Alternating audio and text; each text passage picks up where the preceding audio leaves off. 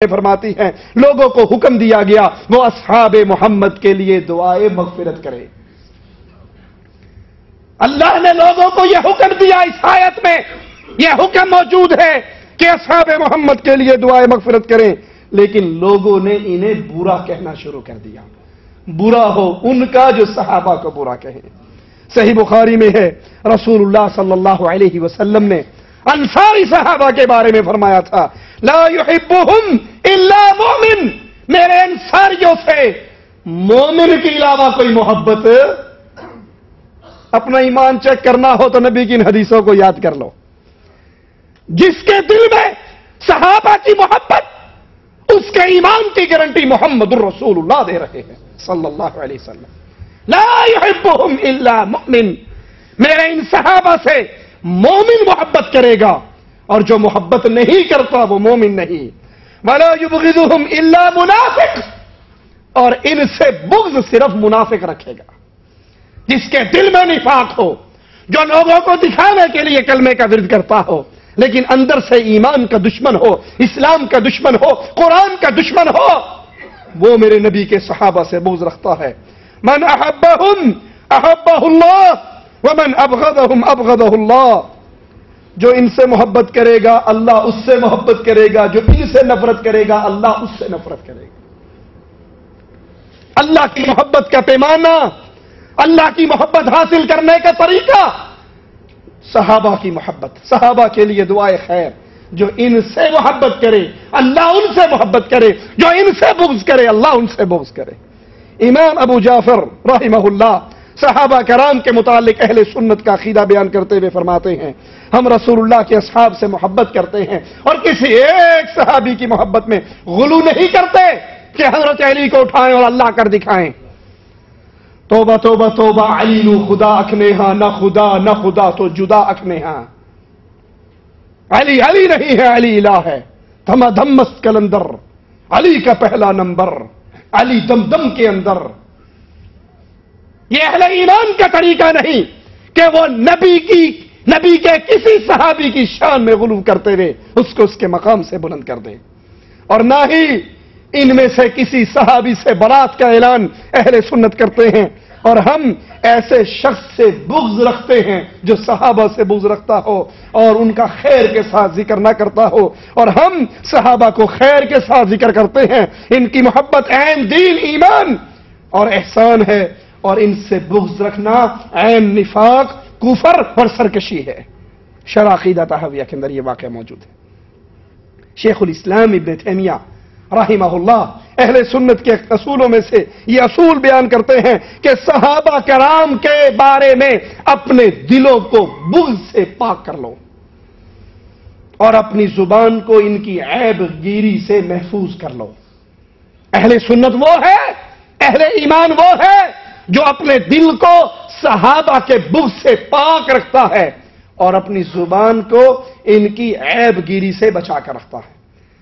خاص طور پہ وہ معاملات جن میں صحابہ میں اختلاف ہوا اور نوبت جنگ و جدال تک آئی، اہل سنت ان معاملات کے اندر اپنی زبان کو بند رکھتے ہیں، اپنی زبان کو بند رکھتے ہیں۔ وہ اللہ کے پاس چلے گئے، اللہ جانے اور وہ جانے، کسی ایک گروہ کو کافر اور مرتد نہیں کہتے، منافق نہیں کہتے، ان پہ فتوے نہیں لگاتے، دونوں گروہوں کا ذکر خیر کے ساتھ کرتے ہیں اور ان کا معاملہ ان کے رب پر چھوڑتے ہیں۔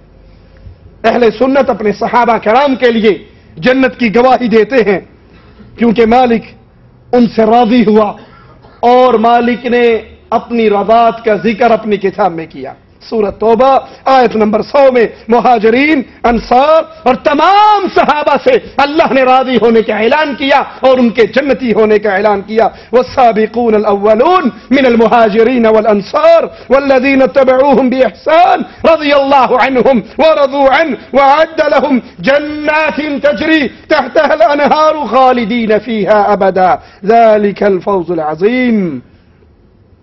یہ اللہ کے نبی کے وہ ساتھی جن کا ذکر اللہ کرتا ہے، السابقون، شروع میں ایمان لانے والے، پہلے رسول کا ساتھ دینے والے، مہاجر، انصار، اور جو نبی کے صحابہ میں نبی کے انصاری صحابہ، مہاجر صحابہ ان کے منہج پر چلے، ان کے راستے پر چلے، اللہ ان سے بھی راضی اور یہ اپنے اللہ سے راضی ہے۔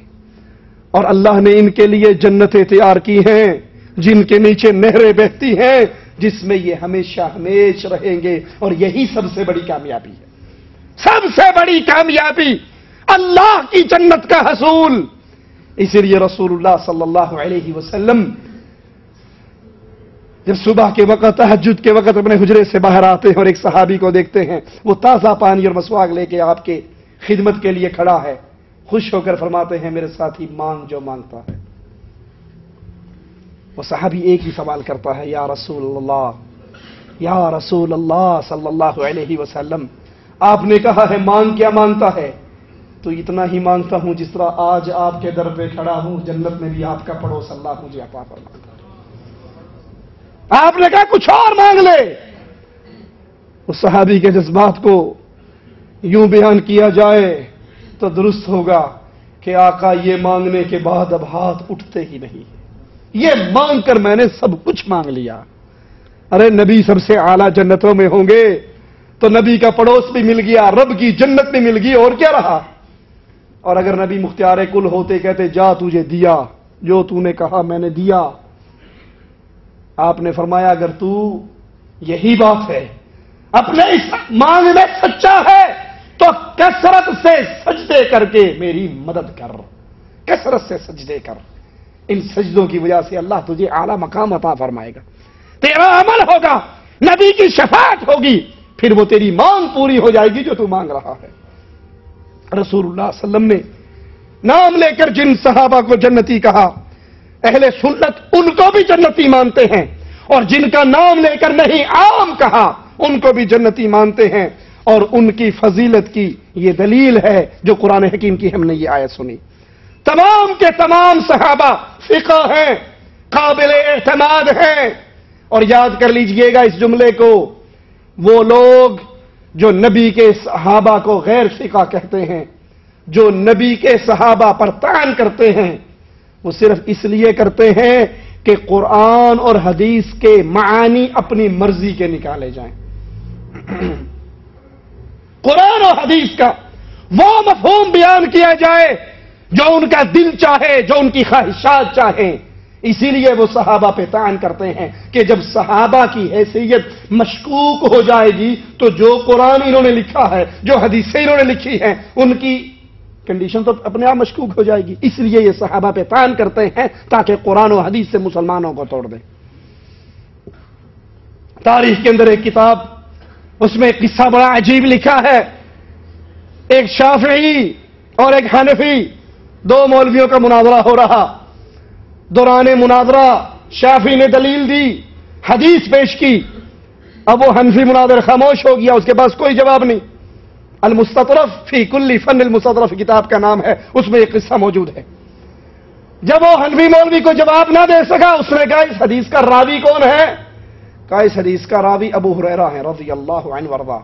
تو فوراً کہنے لگا یہ حدیث نہیں مانی جائے گی کیونکہ ابو ہریرہ غیر فقیہ صحابی ہے۔ لا حول ولا قوت الا باللہ۔ اس کے زبان سے یہ جملہ نکلنا تھا کہ چھت پہ سے ایک سانپ اس کے اوپر گرا اور وہ حنفی مولوی بھاگا، آگے آگے وہ بھاگ رہا ہے، پیچھے پیچھے سانپ بھاگ رہا ہے، اور اس سے پیچھے شافعی مولوی بھاگ رہا ہے اور کہہ رہا توب اللہ توب اللہ توب اللہ، تو نے صحابی کی تہمت، صحابی پر تہمت لگائی اور صحابی کی توہین کی، تو اللہ کے دربار میں توبہ کر، تیرے لیے یہ سزا ہے جو تیرے پیچھے چل رہا ہے۔ تو جو صحابہ کو غیر فقیہ کہے، جو صحابہ کو غیر ثقہ کہے، جو صحابہ کی روایات کو ٹھکرائے، ان کا مقصد یہ ہوتا ہے کہ پھر ہم اپنی مرضی کی جو چاہے تشریح بیان کریں اور جو چاہے تفسیر بیان کریں۔ صحابہ کرام تمام کے تمام قابل اعتماد ثقہ، اور دلیل اس کی قرآن حکیم کی آیت ہے، سورۃ بقرہ ہے، 143 آیت ہے، وَكَذَلِكَ جَعَلْنَاكُمْ أُمَّةً وَسَطًا لِتَكُونُوا شُهَدَاءَ عَلَى النَّاسِ وَيَكُونَ الرَّسُولُ عَلَيْكُمْ شَهِيدًا۔ ہم نے اسی طرح تمہیں عادل بہترین امت بنایا تاکہ تم لوگوں پر گواہ اور رسول اللہ تم پر گواہ صلی اللہ علیہ وسلم۔ امۃ وسطا، بہترین امت، عادل امت. اس کی تفسیر میں بیشتر مفسرین نے لکھا ہے کہ اس سے مراد بہترین، سب سے افضل، ثقہ اور قابل اعتماد امت. اس آیت میں سب سے پہلے خطاب کن سے ہوا؟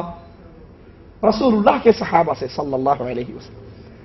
یہ آیت سب سے پہلے خطاب نبی کے صحابہ سے کر رہی ہے، اور اللہ ان صحابہ کی جماعت کو بہترین، عادل اور افضل ترین جماعت قرار دے رہا ہے، جنہیں تبلیغ دین کی ذمہ داری سونپی گئی. جیسا کہ مالک کے اس فرمان کے اندر بھی یہ حقیقت موجود ہے، کنتم خیر امہ، تم بہترین امت ہو، اخرجت للناس، تمہیں لوگوں کے لیے پیدا کیا گیا ہے. تمہارا کام کیا ہے؟ تأمرون بالمعروف وتنہون عن المنکر. تأمرون بالمعروف، تم نیکی کا حکم دیتے ہو، وتنہون عن المنکر، اور تم برائی سے روکتے ہو، وتؤمنون باللہ، اور اللہ پر ایمان لے کر آتے. مواحد اللہ کی توحید کو آگے پہنچاتا ہے، مواحد اللہ کی اس شریعت کو لوگوں تک پہنچاتا ہے، لوگوں کو نیکی کا حکم دیتا ہے، برائی کا حکم دیتا ہے، اور وہ ساتھ اہل ایمان بھی ہوتا ہے. جو مشرک ہو، یاد کر لیجئے، جو مشرک ہو اس کی کوئی محنت اللہ کے دربار میں قبول نہیں ہوتی. صحیح بخاری میں ہے، رسول اللہ صلی اللہ علیہ وسلم نے حج کے موقع پر اپنے صحابہ کے جمع خفیر مجمع کو دیکھتے ہوئے ان سے خطاب کرتے ہوئے کہا، الا لیبلغ الشاہد منکم الغائب. اے میرے صحابہ کی جماعت، جو موجود ہیں وہ جو کچھ سن چکے ہیں ان کو سنا دیں جو موجود. یہ تبلیغ کی ذمہ داری، یہ دعوت کی ذمہ داری صرف چند مولویوں پر نہیں ہے کہ مولوی صاحب کا کام ہے وہی اسٹیج پہ کھڑے ہو کر بیان کریں. جس کو اللہ کے دین کی بات ملے، جس کو اللہ کی توحید کی بات ملے، اس پر ذمہ داری ہے جو اس نے سنا ہے اس دعوت کو آگے پہنچائے. کوئی کہہ سکتا ہے مولوی صاحب ہم تو پڑھے لکھے نہیں، ہم کیسے پہنچائیں؟ بھائی کیسٹ کے ذریعے، کتاب کے ذریعے، سی ڈی کے ذریعے، خود درس پہ آ رہے ہو تو کسی کو اپنے ساتھ لے کر آؤ، اللہ کے دین کی بات پہنچاؤ. بے بہا وسائل ہیں، یہ مکاتب دعویٰ کھلے ہوئے. اللہ سعودی حکومت کو جزائے خیر عطا فرمائے، وزارت شؤون اسلامیہ کو جزائے خیر عطا فرمائے. آپ کسی کو کچھ نہیں بول سکتے، اس کو اس مکتب کی طرف رہنمائی تو کر سکتے ہو. کسی بھی جنسیہ کا ہے، ہر نیشنلٹی کے درس یہاں پر ہوتے ہیں، ان کو دعوت دو، بھائی آؤ اللہ کے کتاب کو سیکھو. یہ امت محمدیہ کی ذمہ داری ہے. اور نبی کریم صلی اللہ علیہ وسلم نے حج کے موقع پر کہا، خبردار جو یہاں پر موجود ہے وہ غیر موجود تک اس دین کو، اس دین کی دعوت کو پہنچائے. ان آیات اور حدیث نبوی سے ثابت ہوا کہ صحابہ کرام امین بھی تھے، ثقہ بھی تھے اور قابل اعتماد بھی تھے. اسی لیے انہیں تبلیغ دین جیسا اہم ترین فریضہ سونپا گیا. اگر وہ امین اور ثقہ نہ ہوتے تو انہیں یہ ذمہ داری سونپی. ان کو اللہ نے اپنے نبی کی صحبت کے لیے چنا. اگر وہ غیر امین ہوتے، خیانت کرنے والے ہوتے، عادل نہ ہوتے، ثقہ نہ ہوتے، افضل نہ ہوتے، تو اللہ کبھی بھی ان کو اپنے نبی کا ساتھی مقرر اور ان کے ذمے تبلیغ دین کی ڈیوٹی نہ لگاتا. وہ سب سے افضل اس امت میں، اسی لیے سب سے بڑی ذمہ داری بھی ان کو دی گئی. مالک کے فرمان پہ غور کیجئے، لِتَكُونُوا شُهَدَاءَ عَلَى النَّاسِ، اس کا مطلب ہے اللہ کے ہاں ان کی گواہی قابل قبول ہے. اے صحابہ کی جماعت، لِتَكُونُوا شُهَدَاءَ عَلَى النَّاسِ، تاکہ تم لوگوں پر گواہ ہو جاؤ. جب صحابہ گواہ دیں گے تو اللہ ان کی گواہی کو قبول کرے گا. اس کا مطلب ہے کہ ان کی گواہی سب سے زیادہ بہتر ہے، قابل قبول ہے، یہ قابل اعتماد ہے. صحابہ کرام کو برا بھلا کہنا حرام ہے. جس کے دل میں ایمان ہو وہ نبی کے صحابہ اور نبی کے اہل بیت کو برا بھلا نہیں کہہ سکتا، گالی گلوچ نہیں کر سکتا، گندی زبان ان کے بارے میں استعمال نہیں کر سکتا. اہل سنت کے نزدیک صحابہ کو برا کہنا، گالیاں دینا حرام ہے، اور یہ حرمت اللہ کی کتاب سے ثابت ہے، رسول کی حدیث سے ثابت ہے.